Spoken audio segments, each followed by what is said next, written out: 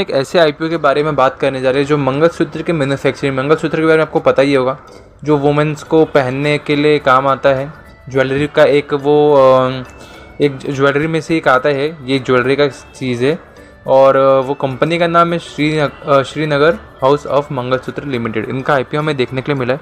Company के बारे में हम देखते हैं कंपनी करती क्या है, फिर आईपीओ के बारे में देखते हैं। सबसे पहले अगर कंपनी के बारे में देखा जाए तो कंपनी इनकॉर्पोरेटेड जनवरी 2009 में और Srinagar house of mangalsutra limited is a manufacturer and design mangalsutra, मतलब मंगलसूत्र मैन्युफैक्चर भी करते हैं और डिज़ाइन भी करते हैं। और इनके जो क्लाइंट्स हैं मोस्टली जो अगर देखा जाए तो B2B ही है। और इनके जो मंगलसूत्र के फीचर्स क्या है, मतलब उसके अंदर क्या क्या चीज़ें इंक्लूड रहती है जो आपको रिक्वायर्ड हो सकती है। अमेरिकन डायमंड्स होगा, क्यूबिक जिरकोनिया हो गया, कोई चीज़ होगा, ये पर्ल्स हो गया एंड सेमी प्रेशियस स्टोन्स हो गया। ये आपको इनके B2B क्लाइंट्स में देखने के लिए मिल सकते हैं। ये सारी चीज़ें वो अपने मंगलसूत्र में डाल के आपको दे सकते हैं, आपको जैसा रिक्वायर्ड हो।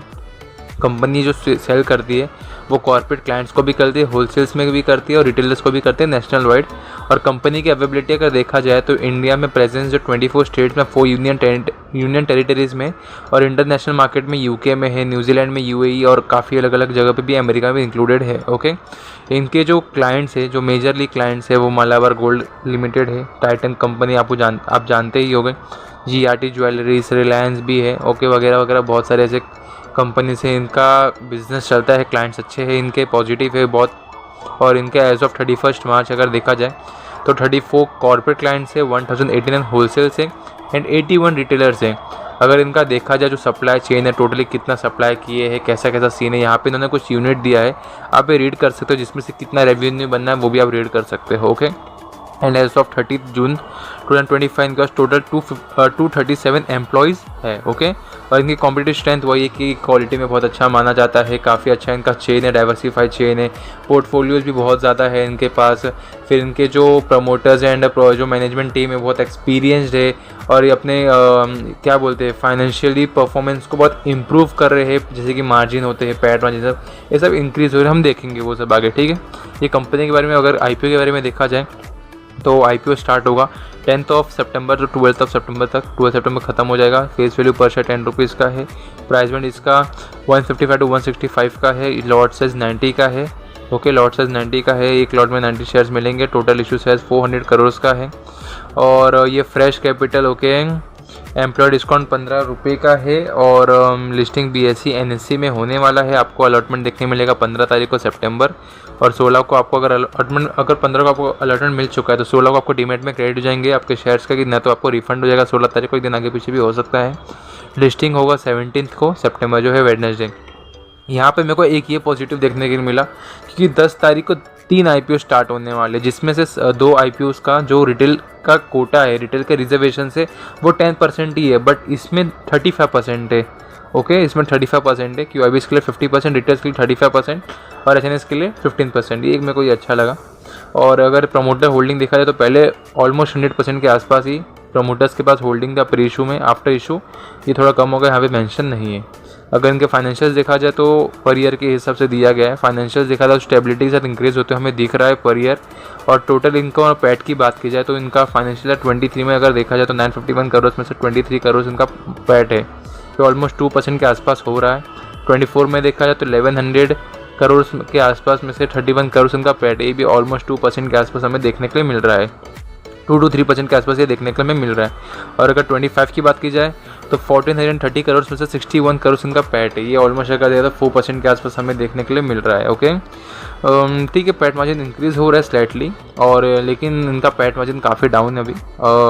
मतलब मैंने देखा है कि जो ऐसी कंपनीज होती है जो मैन्युफैक्चर प्रोवाइड करती है, बड़े बड़े क्लाइंट्स होते हैं, उनका पैट मार्जिन कम ही होता है, क्योंकि उनका जो मॉडल है, रिवेन्यू मॉडल सब जो होता है, जैसे कि देखिए इनका जो ऑर्डर से बड़े बड़े नंबर्स में होंगे, मार्जिन कम होगा, तो ऑलमोस्ट कंपनी अच्छे से प्रॉफिट कमाती होगी।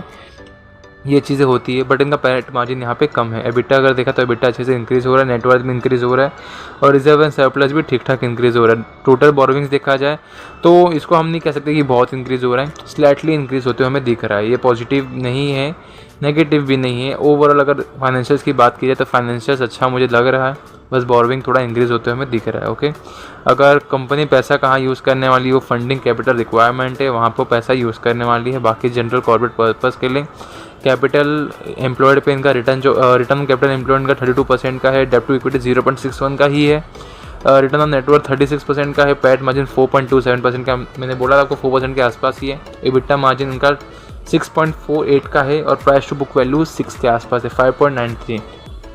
प्राइस टू बुक वैल्यू थोड़ा प्रीमियम साइड देखने के लिए मिल रहा है। वैल्यूएशन हम देखते हैं, एक बार पीयर कंपैरिजन कर लेते हैं।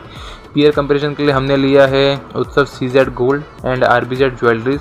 अगर पीई देखा जाए तो पीई कंपैरिजन में तो पीई कम ही है, ये पॉजिटिव फैक्टर है। अर्निंग पर शेयर 6 के आसपास है, ऑलमोस्ट सेम ही है, बीच में है, इंटरमीडिएट में ही आ रहा है, ऑलमोस्ट सेम ही है एवरेज में। और रिटर्न ऑन नेटवर्थ अगर देखा जाए तो रिटर्न ऑन नेटवर्थ भी काफ़ी अच्छा है, इनका 36% के आसपास है। नेट एसेट वैल्यू भी अच्छा है, 27 के आसपास है। और रेवेन्यू अगर देखा जाए तो 1429 करोड़ का है, पीयर्स में सबसे ज़्यादा है। ओवरऑल अगर वैल्यूएशन की बात करूँ तो मेरे को इतना ओवर वैल्यूएशन नहीं लग रहा है, फेयरली वैल्यूड लग रहा है मुझे। ओके, अगर कंपनी के हम ग्रे मार्केट प्रीमियम एक बार देख लेते हैं, फिर मैं अपना ओपिनियन बताता हूँ। ओके, यहाँ पे 14% के आसपास हमें ग्रे मार्केट प्रीमियम देखने के लिए मिल रहा है। देखिए, मेरा यहाँ पे व्यू ऐसा बनता है ना कि मुझे ऐसा लग रहा है कि देखिए, फर्स्ट ऑफ ऑल यहाँ पे 35% इन्होंने दिया है रिटेल्स के लिए। ओके, और यहाँ पे इशू साइज 400 करोड़ का है, तो ओवर सब्सक्राइब तो काफ़ी जल्दी हो जाएगा। आई थिंक तो फर्स्ट डे पे ओवर सब्सक्राइब हो जाएगा।